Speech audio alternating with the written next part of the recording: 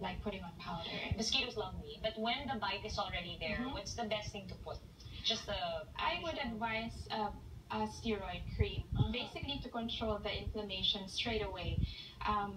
More often than not, if the redness is quite intense, it would leave a mark. So straight away, try to give a steroid cream. Would that be the same for like sand fleas?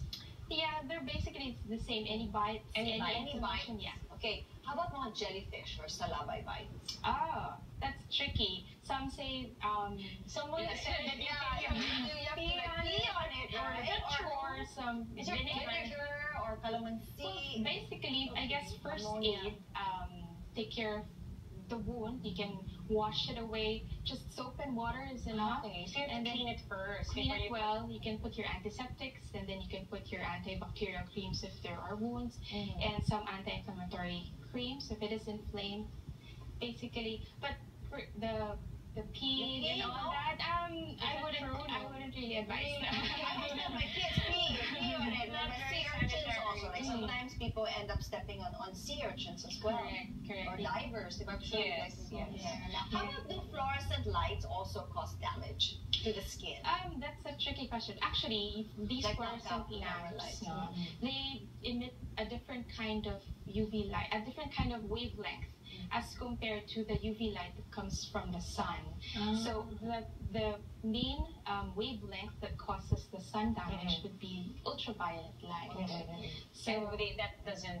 It's not here. This is okay. That's not. How about those sunbeds? Yes, that's the one. I guess those actually use a special kind of lamp that emits the same wavelength as the sun, or UV light. So that's a different kind. So is that not as good because it's like right in your face sometimes. Correct. We don't encourage that because it will really predispose one to develop all the skin damage and all that. And eventually, if it accumulates, it'll lead to eventually skin cancer. Okay, so now you tell me I can't go under the sun.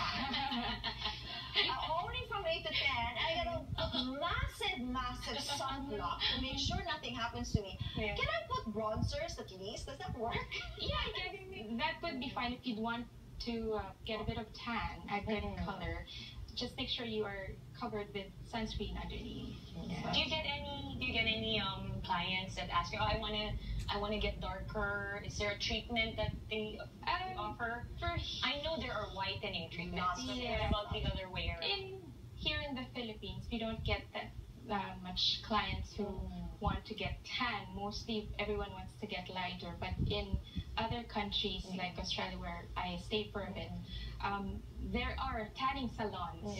They do that, but not here. You can drink something. I guess that's not really that safe. I saw that there were pills that you can take that affects the melanin. Okay, that doesn't sound very safe to me. But that's one of the newer kinds of sunscreens. It's an oral form of sunscreen. It basically works as an antioxidant. Okay. So when you get the sun damage, it tends to form some form of inflammation on the skin. And how it works is basically it works as an anti-inflammatory so that you won't get too tan. I see. Okay. So, but is that okay to take or That's okay. I recommend it to some of my patients. Okay. And quite briefly, before we pause for a break, how about for the hair? What's the best way to keep our hair not dry during the summer? Not dry. Okay. You can start by using some broad-brimmed hats. If you are going to the beach, because that's usually the time when your hair gets really dry. Or after you go swimming, after you go bathing, of course you wash your hair, you condition it very well, just to make sure it doesn't get dry. So some people use conditioner actually while they're on the beach. Is that okay? Like a leave-on conditioner to while on the beach. While on the beach, because your hair's wet na, di ba? So